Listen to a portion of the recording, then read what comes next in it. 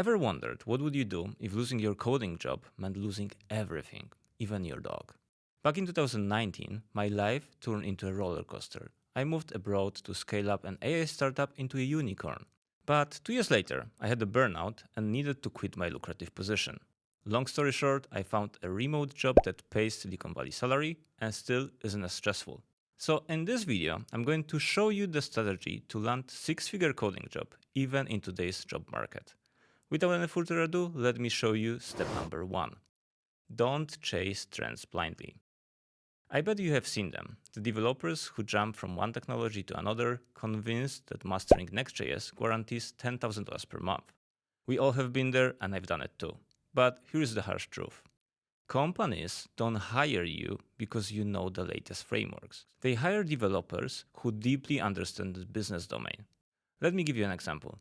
Imagine you're hiring for a fraud prevention team at a fintech startup. You got two candidates. Developer A, who knows the latest tech, but has zero experience in any business field, or developer B, who spent years writing Java at the largest bank in the country, deeply understands fraud detection, and knows the financial industry. Who would you hire?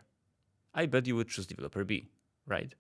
At least hiring managers would choose developer B because they prefer someone who knows their business. Developer A would need to be mentored for months until they learn the caveats of the industry. And after investing time in their training, they would probably quit because on average, developers change jobs every 1.5 years. But developer B is a completely different story. Within just a few weeks, they would become productive, bringing insights from the banking industry and sharing it with the team. That's why your domain expertise is your advantage. Let me show you how you use it. First, think about what you bring to the table before you apply for a job. If your only advantage is knowing a programming language or the latest framework, you are not unique.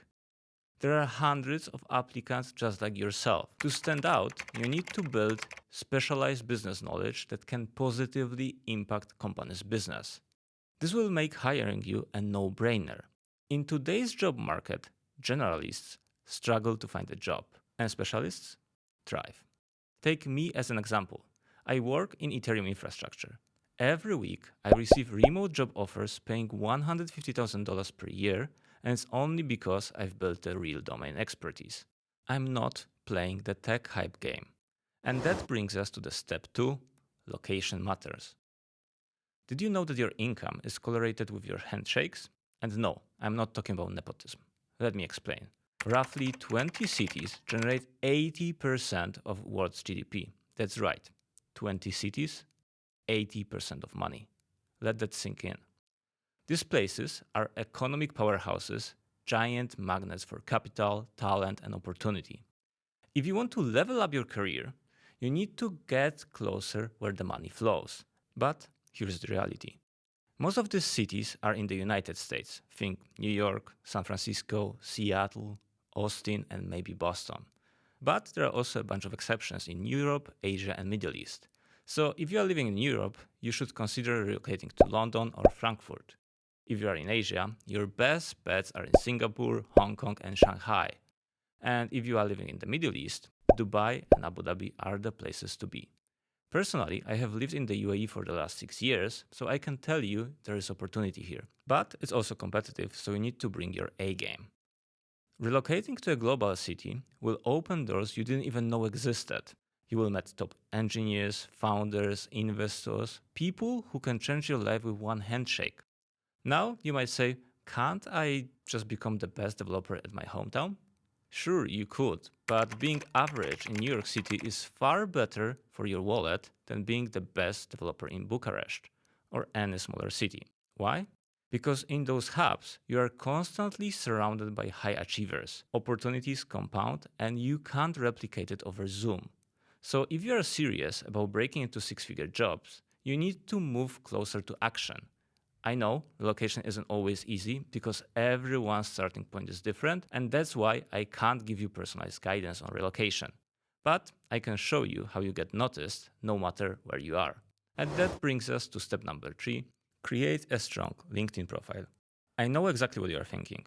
LinkedIn? Really? I get it. LinkedIn is weird. It's full of cringy posts and self-proclaimed thought leaders. So can you still squeeze real value out of it? Actually, yes. Even with all that noise, LinkedIn is still the #1 platform recruiters use to find talent, especially if you don't have a big name yet. But here's the problem. Most developers use LinkedIn completely wrong. They treat it like GitHub, trying to impress other developers. And that's the wrong audience. The most active users on LinkedIn are recruiters, and recruiters don't care about your contributions. They care about the value you can bring to the business. Because when you win, they win. Yes, recruiters get paid when they help you to make more money. And that's why you want your profile to speak directly to them. And here is how you do that. First, upload a professional looking photo. And no, you can't use that picture from your sister's wedding, and definitely not that selfie from New Year's Eve.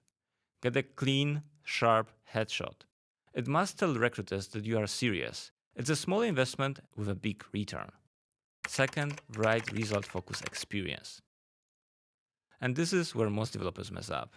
They write something like build enterprise Java applications. Cool, but that says nothing what you actually did. You should rather say, developed a fraud detection system that prevented over $2 million in fraudulent transactions. Do you see the difference? One is talking about tech, and the other one about impact. When you frame your work in terms of business value, recruiters understand what you bring to the table, so LinkedIn will give your career a voice. But you need to speak to the right audience in the right tone. And you know what? LinkedIn gave me that job at the unicorn startup I mentioned at the beginning of this video. It's turned into a wild adventure, but I will talk about it later in the further steps. But in the meanwhile, let's transition to step number 4, real-world networking. LinkedIn gets you found, but Handshakes close the deal. The internet is great. You can explore your interests, learn from the best, and even make a few online buddies. But let's be real. Most serious opportunities don't happen online. High-value individuals aren't making big moves with people they have only met on Twitter or Discord. After connecting online, they meet in the real life because the trust is built face-to-face. That's why you need to get off the keyboard and start meeting people in the real world. But don't do it like everyone else. Most developers go to meetups, hackathons, and conferences, and they just sit in the back, eat free pizza, and go home. That's not networking. That's hiding in the crowd. If you want to stand out, you need to get involved. Join your favorite meetup and ask organizers if you can help. And yes, you will do it for free. And believe me, this strategy works perfectly. I used this strategy back when I was still a student, before I even started looking for a job. Why? Because when you help organize events, you don't just attend. You meet people, you interact with the speakers, you get introduced to business leaders, and you get remembered. That kind of presence opens doors. That's why, if you are serious about your career, you should start getting involved in the real life. Start building real relationships because your network is your net worth. And that brings us to step number 5. Never apply for jobs using AI. Can I tell you a secret? I work for a remote company, and our hiring system is flooded with software engineer resumes.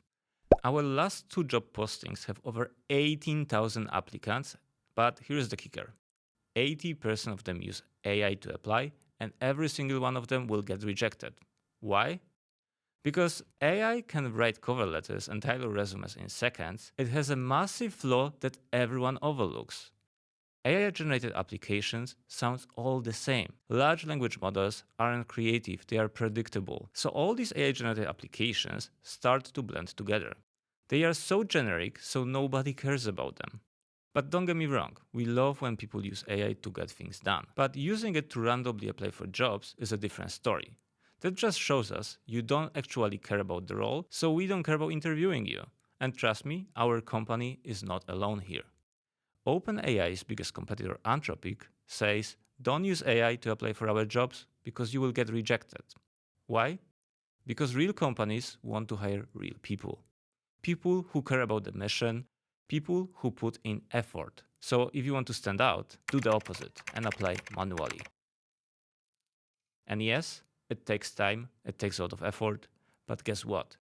That's exactly why it works. In the sea of AI-generated spam, a genuine application is rare, and rare gets remembered. So craft your resume with care and tailor it to the role. Show them that you are serious, because at the end of the day, effort signals that you truly care. And that brings us to the final step, step number 6, the mindset. I must confess, it took me 7 years to get my first 6-figure job. I wasn't born in California, and I didn't get a job at Google straight out of college.